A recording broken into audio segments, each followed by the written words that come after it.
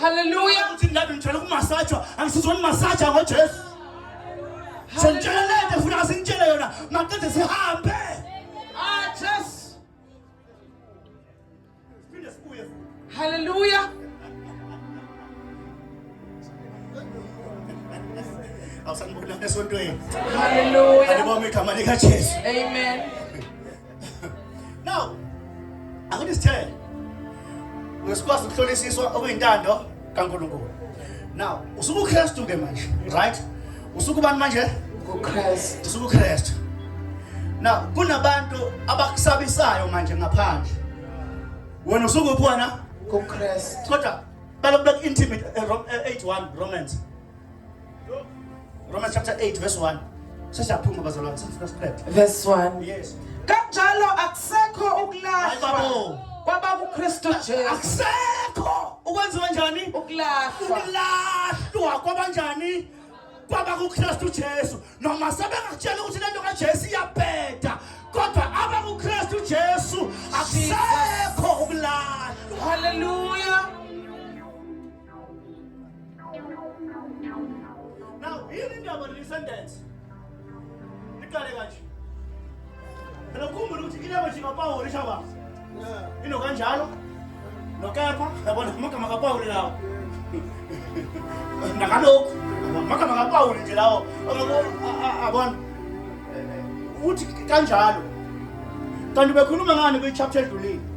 Kwichapter edlulile ubekhuluma ngobugqila bomuntu. Hallelujah. Chapter 7 lo. Athi lento ngithanda ukuyenza. Angikwazi ukuyenza. Bese kuthi le engingayithandi. Yona engiyenzayo. Ebese kuthi isizathu salokho ukuthi akumina engiyenzayo lento. Hallelujah. Isono esihlala kimi. Hallelujah. Hayi kimi umuntu osisi. Awubani oyokhulula kulo mzimba. Athi makabonge uNkulunkulu. Nkosi. Jesu. Hallelujah. It's the gospel. Bese kanjalo. Akusekho ukulahlwa. Nkosi yami. Kwaba kuKristu Jesu. Hallelujah. Akusekho ukulahlwa. Hallelujah. Lento kaJesu ayenza ingqondo kwesinye isikhathi. Dinga ukuthi ibambela ngomoya. Angicela ukuvala. Uthi amahubo 119. Yabona uma ufuna yabona mase isikhathi. Ukufunda amahubo 119. Ayangichaza. Abona amavesana nje akhona athe phecelezi. Amahubo 119. Athi amahubo 119. Insizwa iyakuyiqaphela kanjani? Indlela yona. Nkosi. Bese kukhona answer same verse. Ngokuqaphela. Yes. Okwezulaphi? Nkosi. Yabona? David. Athi uDavid. Izwi lakho lisibani ezinyaweni zami. Hallelujah. Ebese ethi nokukhanya endleleni yami. Hallelujah. Now, this illumination, lokukhanyisa kufike kube senyaweni, meaning that ukukhanya kwevangeli kushintsha inkambo. Hallelujah. Lisibani kuphi khona ezinyaweni. Just. Ngamanye amazwi uma ngihamba based ezwini. Sezwana ngithi. Okay. Lapha ngisebenza khona. Kukhona into Shabang.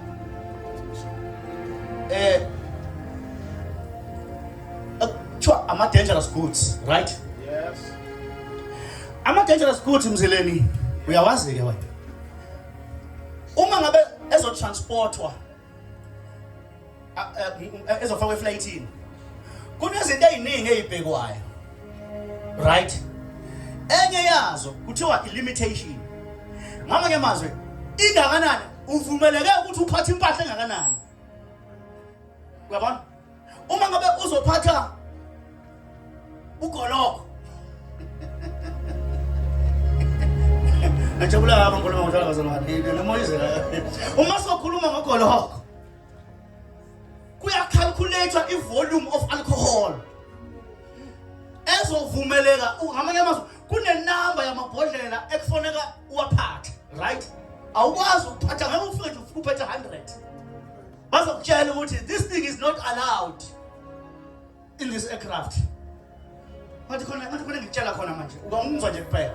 There are things that are not allowed in this aircraft. Efuna singangeni kule sihamba ngayo. Hallelujah. Ebese ipassenger liyabuza. Lithi ipassenger ngicela ungikhombise ukuthi iyiphi irregulation.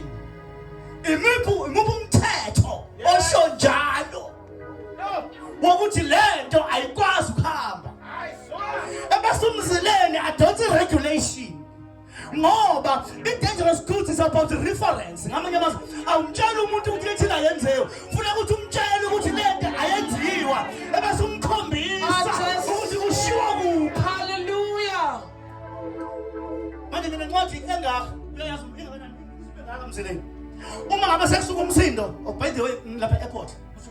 Mase kusuka umsindo ngivula i-regulation. Hallelujah. Ngithi according to the regulation table 2.38.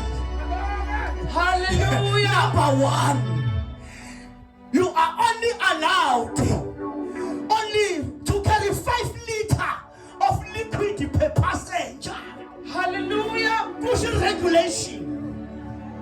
Uma ngabe sawumntwana kaNkulunkulu, yini le ethi ungayenzi lento yenzayo? Siphathe regulation yebo.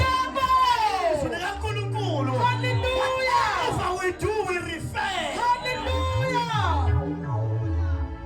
Hallelujah. Asikhulumi ngokwethu. Jesus. Sikhuluma based on regulation. Hallelujah. Asikhuluma ingqondo yethu. Asikhuluma ukuthanda kwethu. Kodwa sikhuluma regulation. Hallelujah.